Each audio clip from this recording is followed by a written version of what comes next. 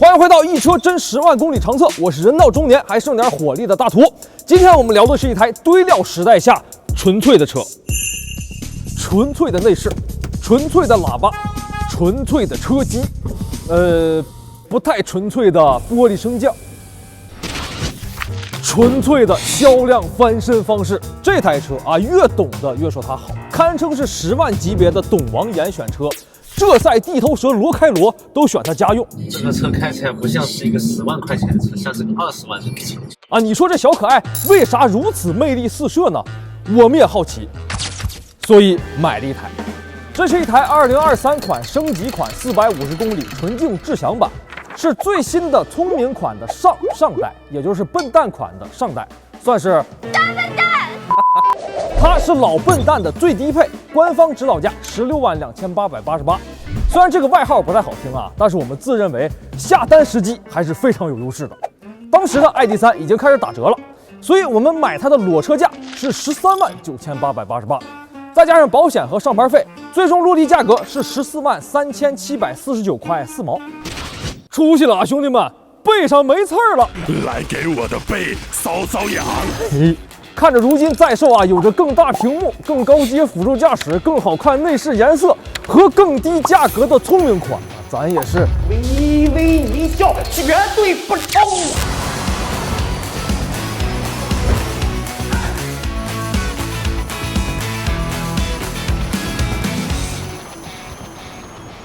先说故障啊，造车80多年的大众研究出来的纯电车到底啥水平？我和你们一样好奇。我们手里这台 ID.3啊，10万公里行驶完，硬件加上软件，一共出现故障的次数是0啊！对，你没听错，连钥匙没电这种情况都没发生过。那这个故障汇报环节的进度条咋还这么长呢？因为测试过程中，这台车发生了一次回顾起来有一些让人汗毛直立的事故。我们根据事故里程啊，称其为56807事件。事故发生当天，我们的 ID.3像往常一样行驶在高速的测试路段。这条高速上，我们经常会遇到大货车遗撒的情况，有几台测试车的风挡也因此报废。但之前遗撒的东西和这一次相比，完全是小巫见大巫了。当我们的 ID.3正在左侧超越一台大货车的时候，一根差不多1米长的钢管突然从货车的左侧掉落，随后旋转跳跃，砰的一下，一击命中 ID.3驾驶座前方风挡。开车的测试人员瞬间视野全无，在惊魂未定的状态下，稳住方向，打开双闪，逐渐减速，观察后方后，安全停靠在路边。下车之后，看到前风挡撞击后形成的大坑，测试人员真的是倒吸一口凉气。如果那根钢管穿透了风挡进入车内，后果不堪设想。事后我们仔细检查了这次事故导致的战损啊，除了风挡之外，车顶和上边梁也有不同程度的损伤。拖至4S店进行定损维修啊，维修费优惠完是4549块。你别说这个价格呢，还真不算贵。这次维修呢，主要是风挡玻璃更换、车顶喷漆和车顶整形3大项。后2项操作啊，也让我们这台原版原漆极品车况的 ID.3一下子变成了事故车。因为我们的行车记录仪清楚地拍下了事故的全过程和大货车的牌照，所以维修的费用是由货车承担的。但如果啊视频不清晰，没记录下对方牌照，这样就只能认栽了，走自己的保险修车。这种事呢，在我们之前的测试过程中也的确是经历过。维修出厂之后的 ID.3啊，有点像一不小心闯了祸的好孩子，在之后的测试全程小心翼翼、默默无闻，跑完了10万公里，也没出现任何插曲。我们的长测节目啊，也不仅仅局限于找故障。那 ID.3在其他方面的表现，能不能和故障率一样逆天呢？来看车内空气质量啊，我们提车之后呢，就把它送进了质检院，进行和之前一样的国标和 ISO 2项标准下的空气质量检测。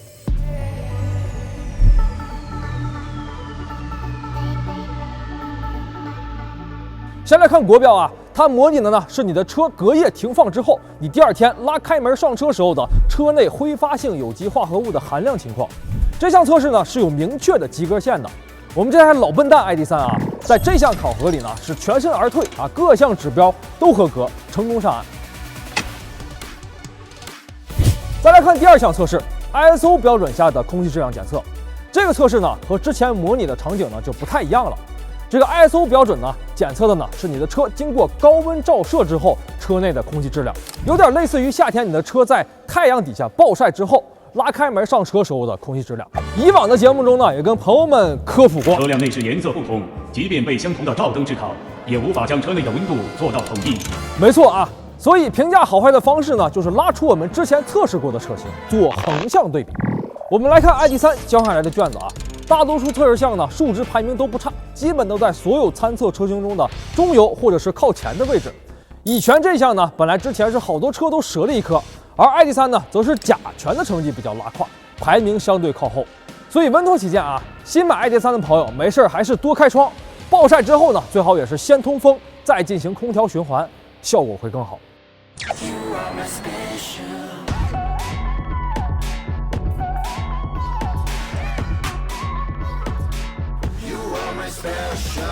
经过了3000公里的磨合期之后啊，我们就给它开到了一车金港的直线赛道做性能测试了。在之后的5万公里和10万公里节点，也会在相同的场地做性能测试，看看里程数上来之后，它的刹车加速成绩有没有最初年少时的水平。测试前呢，我们都会给车辆换成同品牌同型号的轮胎，消除因为磨损可能出现的测试变量。这个 ID.3 呢，用的是尺寸规格为215/18的韩泰万图式 S1 EVO3 电动车专用轮胎。3000公里时候，年少时的 ID.3 在近乎满电状态下，0-100用时是7.85秒。这个7秒尾的水平呢，和第一季我们测试过的高尔夫成绩相比呢，略快一丢丢。也确实啊，这台 ID.3 在我看来是一台比高尔夫纯电还纯的纯电高尔夫啊！同意请扣一。在这个马力廉价到不行的年代啊，7秒多的加速确实没啥可说的啊。但是这个动力配合上它的调教、转向手感、刹车脚感、车身大小啊，城市里开就一个感觉，真他娘的好开啊！电动泥鳅，这就是。身价超过4000亿美元的那个男人啊，试过 ID.3 都说 Yeah, I think for non-sporty car, it's pretty good. 5万公里和10万公里的节点啊，年长的 ID.3 呢，动力依旧维持青春状态。相比新车状态0-100加速的波动呢，几乎可以忽略不计，分别是7.79秒和7.86秒。这个动力系统表现很稳定啊，也合理啊。虽然这台车配置表上是125千瓦，但是人家电机呢是170千瓦的电机。说白了，电机一直是收着干活呢啊，压根没出全力。传统功夫以点到为止。再来看看刹车什么水平啊？这个 ID.3 在新车状态下，从车速100刹停，最优成绩定格在36.68米。对于整备质量在1760公斤的车来说呢，这个成绩中规中矩啊，和1.8吨的精灵1号呢表现不相上下。连续10次从车速100刹停，刹车系统呢没有发现热衰的现象。5万和10万公里的刹车测试表现呢也和新车无异，成绩上基本没有变化。整个10万公里的测试里程啊，ID.3 的刹车系统没有出现过磨损以及其他问题，还是俩字儿啊，稳定。得承认啊，这个呆萌外观打眼一看呢，隔音就不是它强项。我们在50、80、120平稳巡航时速下测量了它的车内分贝值，确实是一般，各个时速下呢都没办法和无框车门的精灵1号掰掰腕子。如果您是 ID.3 车主，这个表现不出意外，相信也在您的意料之内了。从平常开关车门啊，门板啪啪的空洞反馈就能初见端倪，仿佛内饰板里啥隔音材料都没有。但是也有好消息啊，装配工艺那是相当到位，10万公里各类路况蹂躏完，没有任何矿亮和异响出现。车身覆盖件间隙面差的测试啊，这个环节呢，我们就是测测它车身上的各种缝隙啊，测一遍左边的缝，再测一遍右边的缝，算一个差。如果一模一样，那这个差就是0，证明很匀称。那差越大，证明左右侧的缝隙呢越不匀称，工艺有待提高。这台 ID.3 左右细缝的平均差值是0.37毫米，这个表现呢不是特别的突出，但是也不拉胯，算是一个中上游的水平。随着里程数增加啊，这个车身的缝隙呢也会发生变化。5万公里的时候 ，ID.3 车身左右两侧缝隙的平均形变量是0.122毫米和0.106毫米。10万公里跑完之后呢，车身左右两侧缝隙的形变量变为了0.358毫米和0.331毫米，可见里程的增加呢，也并没有让车身产生较大的形变，依旧是处于一个相对均衡的状态。好了，这个和性能有关的部分呢，就给大家说完了。我都感觉出来了啊，这个一般、不是很突出、中上游、稳定这类中性词汇在汇报里呢没少说，可能让您觉得呢稍显枯燥，在视听效果上没有极其惊人、非常来的带劲。但是啊，大道至简，纯粹而简单的设计呢，虽然看起来不那么炫目、不那么出彩，但是人家呢也确实没出错，有点功夫在里边。嘿，造一台普罗大众都能负担得起的车，是大众的初心啊，也是它的强项。所以10万出头的纯电大众用起来的花销是一个什么水平呢？和我们之前测试过的其他纯电车一样啊，测试过程中都是在国网快充桩上进行补能的，每次充到90%就拔枪走人。这台 ID.3一共行驶了10万零118公里，累计的充电金额呢是26267块3分。累计记录的充电量是17978.52度，所以计算下来呢，平均电耗是100公里17.96度。那更接地气的算法啊，每公里电费2毛6，26块多能跑100公里，这是全程快充桩的费用。如果您是自己的交流慢充桩啊，肯定是更便宜。这台单电机的 ID.3啊，能耗和花费啊，对比那些双电机的车的确更省一些。再加上它体重控制的也不错啊，轮胎和制动系统的磨损也能进一步降低。部分以往测试的车辆数据呢，我们就直接打在公屏上供您对比了。这台车整个测试周期呢，几乎是完整的经历了夏季和冬季。计算一下电耗啊，发现这台车冬季电耗上涨了21.4%啊，幅度不小。而且从网评来看啊，吐槽这台车冬天续航短的人呢不少，所以它低温条件的能耗管理呢，算是一个短板。那具体原因在哪儿呢？下一期我们把它大卸八块，咱们一起来研究研究。这10万公里的测试期间啊，保养都是在4S店做的，频率呢是按照保养手册来的。5000公里首保之后呢，每1万公里一保，所以10万公里跑完，这台车一共上4S店打卡10次。人家其他纯电车啊，基本上是每2万公里打卡1次4S店。这么一算呢，这个 ID.3呢确实是挺忙道啊。5000公里的首保呢是赠送的啊，说是赠送啊，其实咱啥实体东西都没落着啊，就是给检查检查。之后每1万公里干的事儿呢，就是换空调滤芯儿。像其他耗材啊，比如制动液是首次3年，但是没有公里数的限制，之后每年更换1次。冷却液呢是每2年更换1次。每次开它进店保养吧，干的事儿呢基本都一样，就是全车检查和更换空调滤芯儿。唯有55000公里那次啊，可能人家觉得我们这个里程数的增长速度呢过于逆天，建议我们更换冷却液啊，收了1160块。然后65000公里保养时候呢是给打了个折，折后呢是445块2毛，其余保养都是统一的573块。反正以我们这个测试的强度啊，差不多1个月见2次售后经理啊，比我见我爸的次数都勤。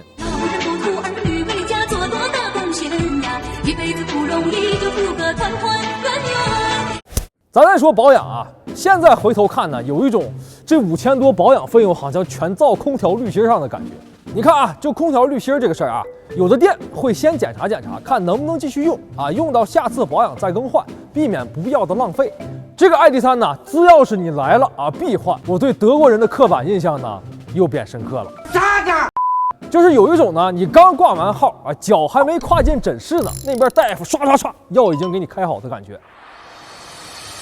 不过啊，在这9次收费保养过程之中啊，这4S店还真就没给我们推荐过类似于空调蒸发箱清洗这种4克项目。我猜啊，可能也是不太好意思开口了啊，毕竟573块的常规保养只换个空调滤芯。当然呢，也不排除我们这个 ID.3呢是火候不到，可能车龄超1年，各种清洗项目它就来了。最终 ID.3 10万公里的保养总花销是5616块2毛，平均1万公里的保养费用是561块6毛2。和燃油车一比啊，这确实是不贵啊，但是相比纯电车呢，必须得说不便宜。我们测试过的宝马和特斯拉都能做到每1万公里100多，油车时代借大众100个胆子，他也不敢保养比宝马贵。这能源一换，本事也不小了，倒反天罡啊，这是。这支视频的文案一共4000字刚出头，这里边还有500多字是讲事故的。如果各位没概念啊，某些车型的汇报字数得比这个翻一番。我们这个长测汇报啊，理论上来讲，字儿越少车越好，所以这个含金量你细品。作为一个拥有超过80年历史的品牌和世界上最大的汽车制造商之一，他们在自家纯电架构上打造的 ID.3呢，确实是有点东西。成为了真10万公里长测零故障俱乐部的第5位成员。行驶品质无需多言，实测性能非常水桶，能够通过最朴实的方式逆转销量，也证明了底子好的重要性。下期我们就给这台老笨蛋大卸八块了啊！说实话，看点不少，比如它冬天电耗大幅度上涨的原因，比如它如此紧凑的车身比例之下，各个梁体是怎么设计的，再比如像用料什么的啊，咱都顺便一气儿看了。感兴趣的兄弟呢，记得点个关注啊，以免走丢。那以上呢就是这期上汽大众 ID.3 10万公里汇报的全部内容。